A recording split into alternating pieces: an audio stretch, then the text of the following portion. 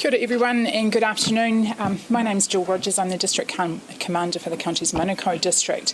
Thank you for coming along today to talk about the increase in drive-by shootings that have occurred across Tamaki Makaurau, in particular in the last 24 hours, but also the escalation over the last week.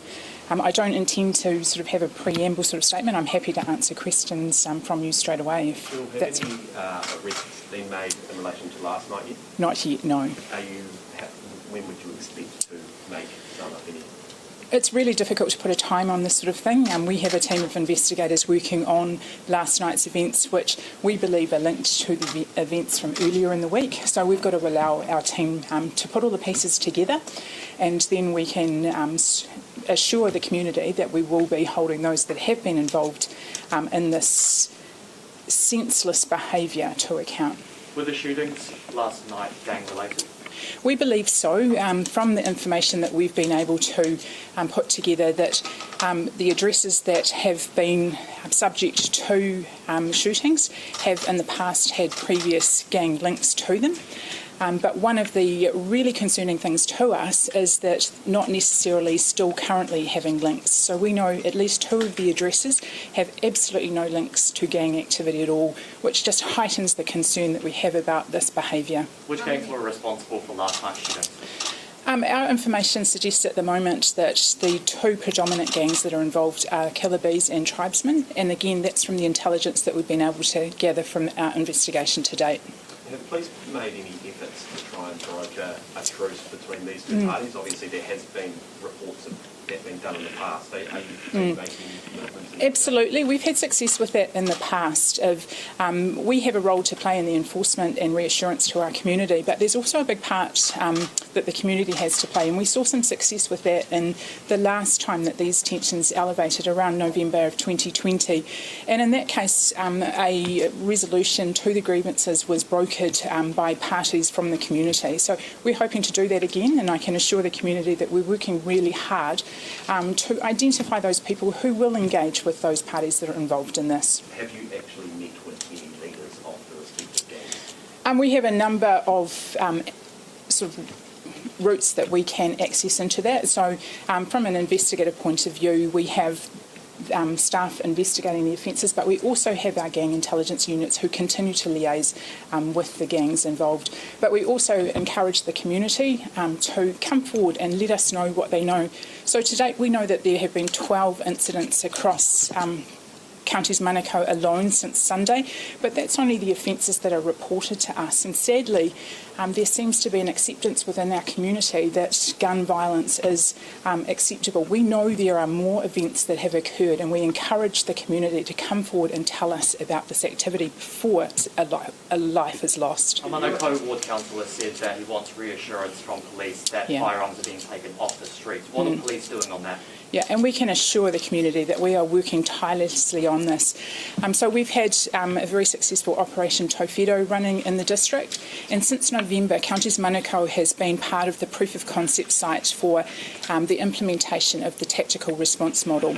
So this trial since November has seen a tactical prevention team work alongside our precision targeting team, and they've taken out several hundred firearms in planned activities from people in our community that should not have access to these weapons. Was a district-wide order made last night for officers to be armed? Yes, it was. And how long was that in place for? I understand just for a short period of time.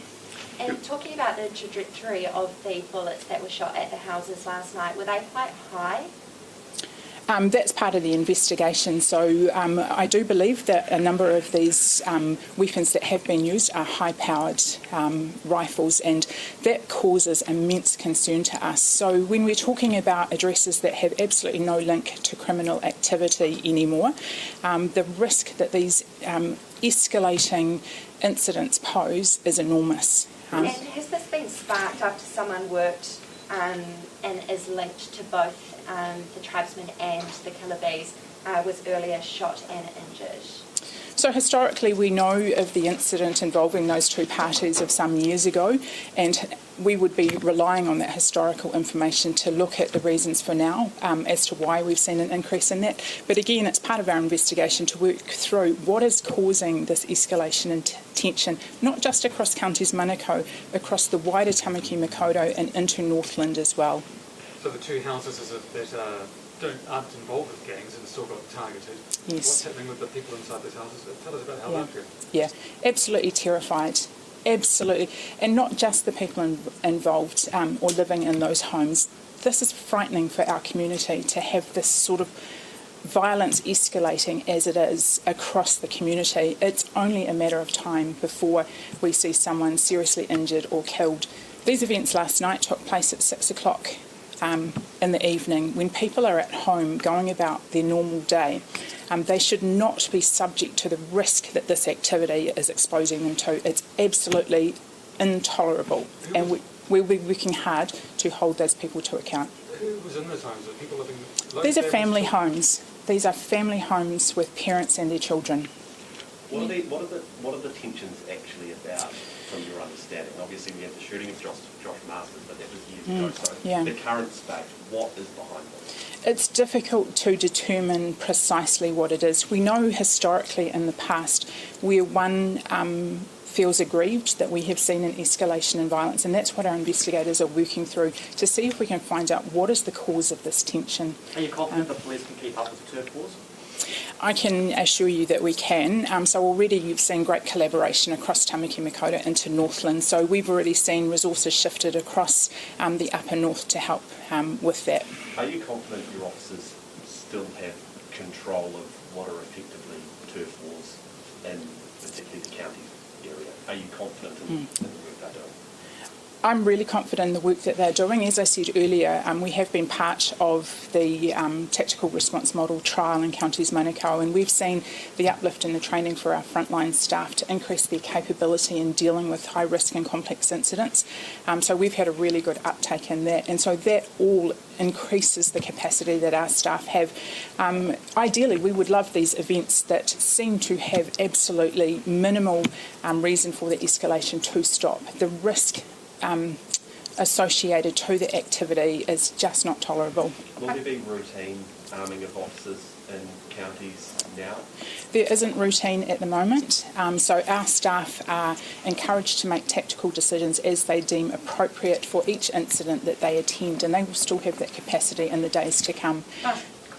Were these intimidation, or were they aiming to harm people?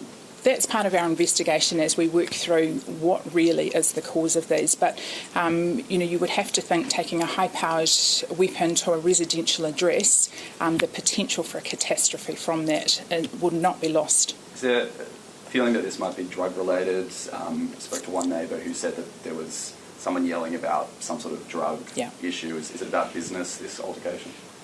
Historically, we have seen that as a contributing factor to it, and that's what our investigators will be working through to determine what is at the cause of this tension. Just one more. Just one more. You mentioned a spillover into Northland. What are you referring to there? So our investigators are working with Northland staff to determine whether there is any links to activity that's been reported in recent days from Northland. Do you have a message for Aucklanders for their safety? I mean, this was spread across the entire city. There's probably a lot of anxious people at the moment. And we understand that. This is frightening for our communities, and that's why I can assure the community that we are committed to holding those people to account that take part in this abhorrent high-risk behaviour. And I can assure you that you will see people being held to account over that. They can expect to see an increased presence of our staff in the areas, and that will involve a range of decisions and tactical options that we have available to us over the coming days. Where are the weapons coming from, Jill? Just quickly, where are the weapons coming from? Thank you.